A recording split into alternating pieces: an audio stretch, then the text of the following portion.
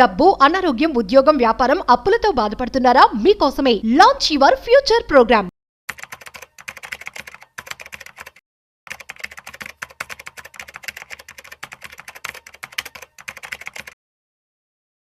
America అధ్యక్షుడు Donald Trump ప్రతిష్టాత్మకంగా తీసుకొచ్చేటువంటి bill one big beautiful bill. అసలు ఇది ఏంటి, ఎందుకు ట్యాక్స్ సంబంధించి వాళ్ళు తగ్గించి స్కీమ్స్ కూడా వాళ్ళు తగ్గించడం కూడా జరుగుతుందట. అసలు దీనికి సంబంధించినటువంటి పూర్తి సమాచారం ఇవాళ మనతో చెప్పడానికి సర్టిఫైడ్ ఫైనాన్షియల్ ప్లానర్ మాధవిరెడ్డి గారు ఉన్నారు. వారి మాటల్లో మరింత సమాచారం అడిగి తెలుసుకుందాం. హాయ్, హలో, నమస్తే, వెల్కమ్ టు సుమన్ టీవీ. నేను మీ Rajiv Pasupuleti. Let's start. Hi ma'am, నమస్తే. నమస్తే అండి ma'am, one big beautiful bill, పేరు భలే ఉంది యాక్చువల్లీ. అమెరికా ప్రజలు కూడా చాలా సంతోషంగా ఉన్నారని చెప్పి ఈ కొత్త చట్టం తీసుకొచ్చి అసలు ఏం చేయబోతున్నారు అంటే ఏం చెప్తారు? చాలా రోజులు అది పాస్ అవుతుందా లేదా అన్నది మనకి ఫైనల్ గా అయితే ఈ బిల్ అయితే పాస్ అయిపోయింది. నౌ ఇట్ ఈస్ రియాలిటీ అని చెప్పొచ్చండి. Now the big beautiful bill act అనేది గవర్నమెంట్ పాస్ చేసేసింది. కాంగ్రెస్, అక్కడ ఉన్న కాంగ్రెస్, యుఎస్ కాంగ్రెస్ అనేది పాస్ చేసేసింది.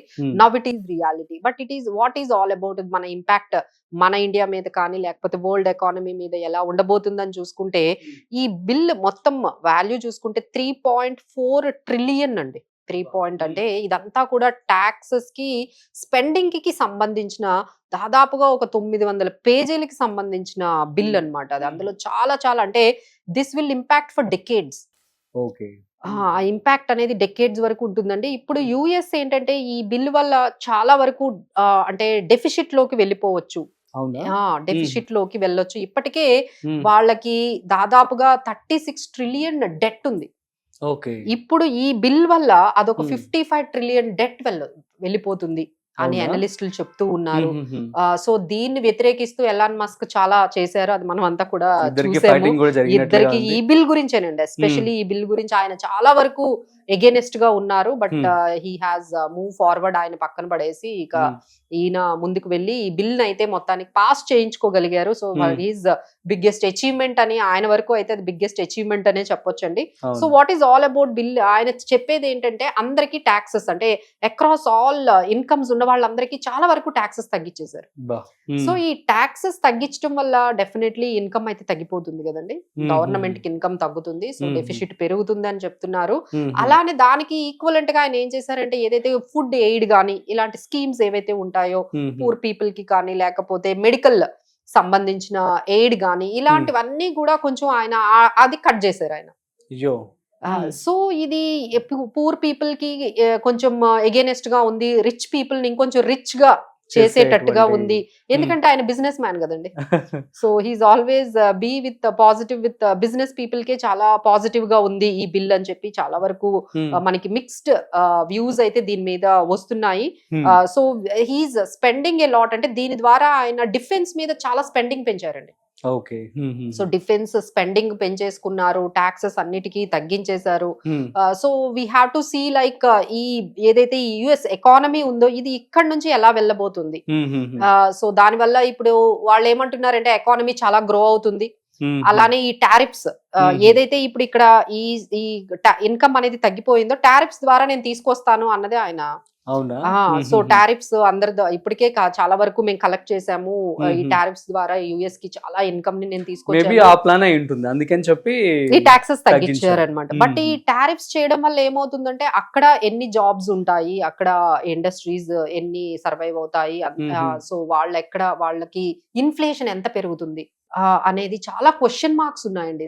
ఇవన్నిటి వల్ల ఏమవుతుందంటే ఈ ఫెడ్ ఇంట్రెస్ట్ రేట్స్ కూడా దీని వల్లే, ఇప్పుడు ఎకానమీ బాగుంటుందని చెప్తున్నారు కదా, ఇంకెందుకు ఇంట్రెస్ట్ రేట్స్ తగ్గించాలి, ఒకవైపు ఇన్ఫ్లేషన్ పెరుగుతుంది, ఒకవైపు ఎకానమీ కూడా గ్రో అవుతుంది బికాస్ ఆఫ్ దిస్ బిల్ అన్నప్పుడు ఫెడ్ రేట్ ఇంట్రెస్ట్ ఎందుకు తగ్గించాలని ఆయన ఒకవైపు ఇంట్రెస్ట్ రేట్స్ తగ్గించకపోవచ్చు. So many dynamics are happening అండి. బట్ ఇదంతా ఏంటంటే ఐటీ కంపెనీస్ కి కొంచెం మంచి న్యూస్ అని చెప్పొచ్చు అండి. ఎందుకంటే స్పెండింగ్ అనేది ఇప్పుడు ఆయన చేస్తూ ఉన్నారు, అది ఐటీ కంపెనీస్ మీద కొంచెం మళ్ళీ స్పెండింగ్ అనేది స్టార్ట్ చేయొచ్చు. ఇది కొంచెం ఐటీ కంపెనీస్ కి పాజిటివ్ గా మనము తీసుకెళ్లొచ్చు. ఈ విధంగా కొంచెం మిక్స్డ్ తో అంటే కొన్ని పాజిటివ్ గా కొంచెం నెగిటివ్ గా వెళ్తోంది. బట్ యుఎస్ ఎకానమీ అంటే దీని ఇంపాక్ట్ చూడాలి అంటే ఈ టారిఫ్స్ ఇంపాక్ట్ ఒకవైపు అయితే ఈ బిల్ ఇంపాక్ట్ ఒకవైపు. ఓకే. సో ఈ రెండు ఇంపాక్ట్ ఎకానమీ మీద ఏ విధంగా ఉంటుంది, ఎకానమీ ఏమైనా ష్రింక్ అవుతుందా, జీడిపి ఎకానమీ, కొంతమంది ఏమో చాలా వరకు ఎకానమీ తగ్గిపోతుంది అంటున్నారు, కొంతమంది బాగానే ఉంటుంది అంటున్నారు. So we have to see practically ఒక 1 quarter ఆగితే మనకు తెలిసిపోతుందండి ఈ టారిఫ్స్ ఇంపాక్ట్ అండ్ ఈ బిల్ ఇంపాక్ట్ ఎలా ఉంటుంది ఈ ఎకానమీ. కానీ ష్రింక్ అయితే మొత్తం అంత గ్లోబల్ ఎకానమీ కూడా స్లో అనేది జరుగుతుంది.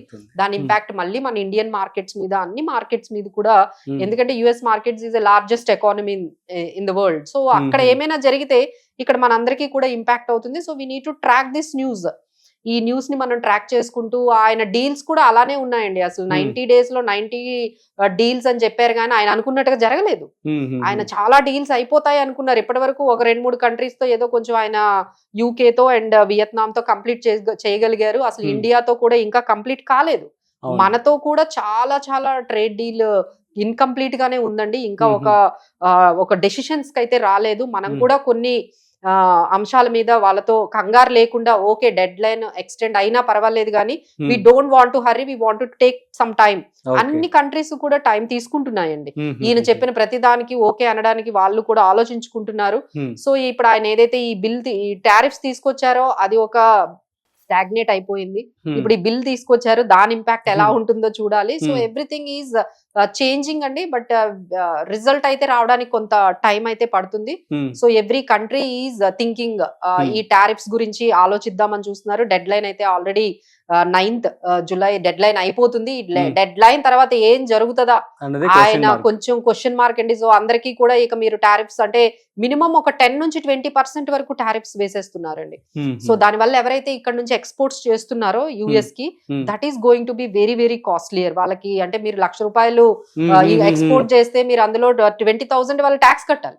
మేబీ ఆ విధంగా వాళ్ళకి ఇన్కమ్ వస్తుంది, మనకు అది చాలా మన ప్రాఫిట్స్ ని కట్ చేసుకోవాల్సి వస్తుంది. సో ఎంతవరకు ఇది మనకి ముందుకు వెళ్తాయి, ఎన్ని కంట్రీస్ వాళ్ళకి ఎక్స్పోర్ట్స్ చేస్తాయి, లేదు ఎక్స్పోర్ట్స్ చేయకుండా వేరే కంట్రీస్ కి వీళ్ళతో ఎందుకులే ఇక్కడ ఎక్స్పోర్ట్ చేయడం కన్నా వేరే మార్కెట్స్ వెతుక్కుంటారు అని చెప్పి వెతుక్కోవచ్చు. సో ఇలాంటి సిచ్యువేషన్స్ అయితే జరుగుతూ ఉన్నాయండి. So everyone has to watch this entire scenario. 9th July తర్వాత ఏం జరగబోతుంది, ఆయన డెడ్ లైన్ ఎక్స్టెండ్ చేస్తారా, లేదు అంటే ఇక చాలు, ఇక మీరు అందరూ కూడా టారిఫ్స్ కట్టేయండి, ఇంకో డేట్ ఇచ్చేసి ఈ డేట్ నుంచి మీరు August 1st నుంచో ఎప్పటి నుంచో మీరు టారిఫ్స్ అనేవి స్టార్ట్ చేయండి అని కూడా చెప్పొచ్చు. సో దీన్ని బట్టి కూడా మార్కెట్స్ కొంచెం రెస్పాండ్ అయ్యే అవకాశం మనకి నెక్స్ట్ వీక్ లో ఉంది. ఓకే, మరి బిగ్ బ్యూటిఫుల్ బిల్ ని ఇండియాలో ప్రవేశపెడితే అసలు ఎలా ఉంటుంది అంటారు? ఏమైనా ఎగ్జంప్షన్ చేయగలరా?